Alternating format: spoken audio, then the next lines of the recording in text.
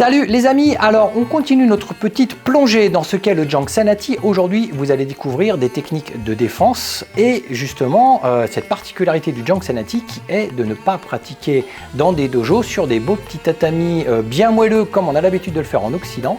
Eux ils pratiquent la plupart du temps sur du sol qui est dur, en extérieur sur carrément de la pierre, voire même dans des chemins avec plein de petites aspérités, des cailloux. Donc non seulement le sol n'est pas droit, n'est pas stable, non seulement il est souvent très dommageable pour les pieds parce qu'il y a toujours plein de petites rocailles qui sont très désagréables, mais surtout il est brûlant parce que pour l'été en l'occurrence en Ouzbékistan il fait très chaud, les pierres sont brûlantes, mais eux il n'y a aucun problème non seulement pour faire des katas et pour pratiquer dessus, mais aussi pour se projeter, faire des projections, faire du sol sur un terrain qui est justement particulièrement désagréable. Ça dénote aussi et ça révèle cette faculté du Jank-Sanity de s'adapter à son environnement de manière un petit peu dure, un petit peu violente. On avait vu ça un petit peu aussi en Bulgarie avec le Bulkempo de Belina Jolov.